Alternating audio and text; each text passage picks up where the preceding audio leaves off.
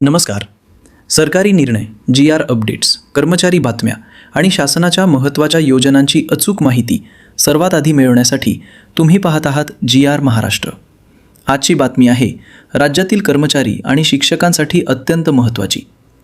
जुनी पेन्शन योजना म्हणजेच ओल्ड पेन्शन स्कीमबाबत मोठा निर्णय समोर आला आहे.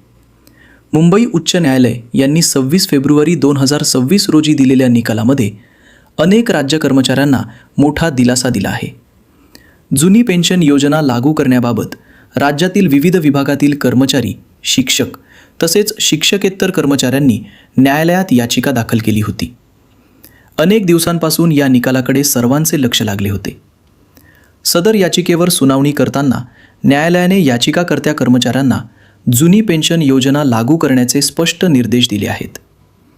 केंद्र सरकारच्या धर्तीवर राज्य शासन सेवेत 1 नोव्हेंबर 2005 पूर्वी नियुक्त झालेल्या कर्मचाऱ्यांना जुनी पेन्शन योजना लागू करण्याचा मुद्दा या प्रकरणामध्ये महत्त्वाचा ठरला.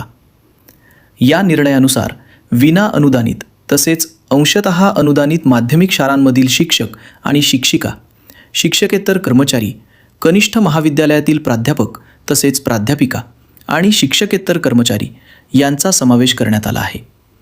ज्यांची नियुक्ती 1 नोव्हेंबर 2005 पूर्वी झालेली आहे अशा पात्र कर्मचाऱ्यांना या निकालानुसार जुनी पेन्शन योजना लागू करण्याचे आदेश देण्यात आले आहेत.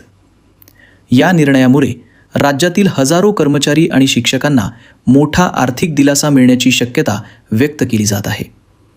आता राज्य शासन या निर्णयावर काय भूमिका घेणार आणि सर्व पात्र कर्मचाऱ्यांना हा लाभ कधीपर्यंत मिळणार याकडे सर्वांचे लक्ष लागले आहे. अशाच महत्त्वाच्या सरकारी अपडेट्ससाठी GR महाराष्ट्रला सबस्क्राईब करा, व्हिडिओला लाईक करा आणि इतरांपर्यंत ही माहिती शेअर करा. धन्यवाद.